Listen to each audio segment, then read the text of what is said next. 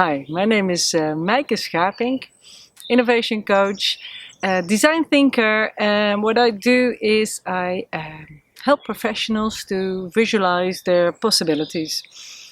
We're going to talk today about design thinking for lawyers, and especially the advantage that you can have if you apply design thinking. There's a lot going on at the moment in the whole legal world. There's a lot of changes, and also there's a lot of changes needed. And you have to go on the market all of a sudden. Or not all of a sudden, of course, it's been a while already, but still you have to be competitive. And there's a lot of development going on in legal tech. All very interesting, absolutely.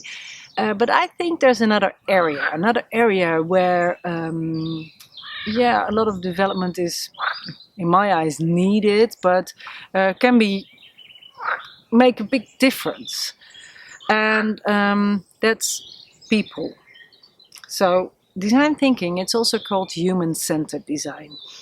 And this means that every decision that you make, every process that you go through, every new product that you develop, it's human-centered.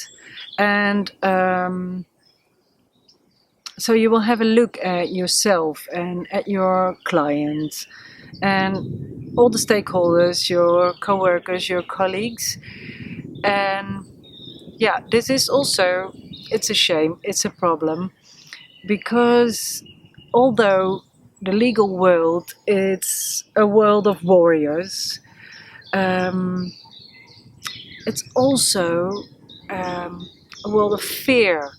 It's a fear-based culture, and not a fear to go to battle, but a fear to show what you do not know, a fear of failure. And this stops development, this stops innovation, because to develop yourself, to innovate, to renew yourself or your company, your products, you have to take a risk. You have to have the possibility of failure. A lot of times you will not fail, but sometimes you will. And failure is needed to come to a good new product, process, or at least the possibility of failure is needed. So design thinking, it can take you through this process. It takes you step by step, almost in an analytical way.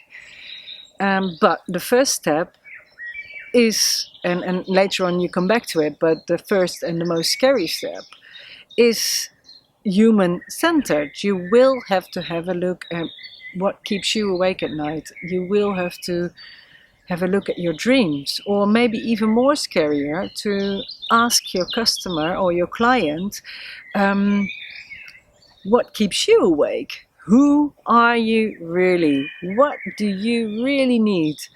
And if you dare to ask these questions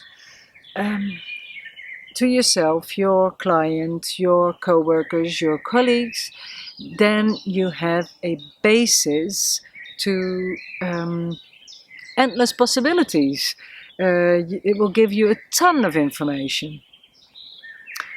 And so the question is, do you have the guts to take this advantage, to make this difference, and to give your client what he longs for, and to make a difference in that way?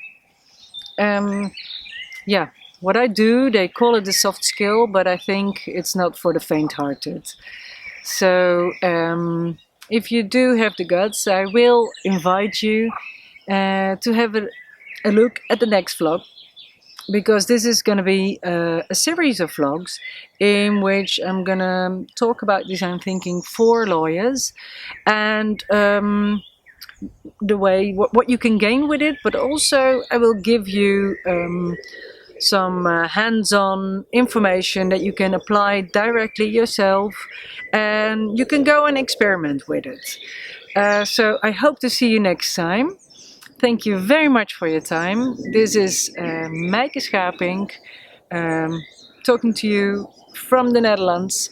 I'm innovation coach and design thinker, and I do help people to visualize their possibilities.